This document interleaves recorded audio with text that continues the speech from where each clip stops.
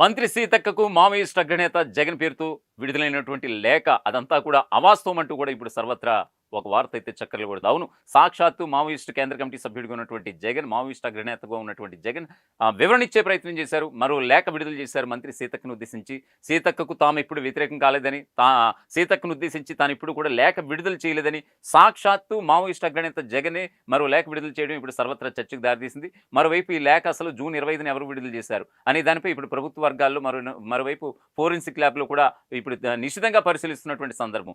ఈ విషయం పక్కన పెడితే గనక అదే మావోయిస్ట్ అగ్రనేత, అదే కేంద్ర కమిటీ సభ్యుడు జగన్ పేరుతో మొన్నటికి మనం చూసాం ఎమ్మెల్సీలుగా ఉన్నటువంటి ఈ యొక్క కోదండరామ్ కావచ్చు, అద్దంకి దయాకర్ కావచ్చు, మరోవైపు రేవంత్ సన్నిహితులుగా ఉన్నటువంటి కొంతమందిని ఉద్దేశిస్తూ కూడా ఒక విద్యా వ్యవస్థలో ఖచ్చితంగా సంస్కరణలు తేవాలనేటువంటి అంశం కూడా నిజంగా అది కూడా జగనే మావోయిస్టులతో అంటే మావోయిస్ట్ అగ్రనేతగా ఉన్నటువంటి జగన్ ఆ లేఖ కూడా విడుదల చేశారా?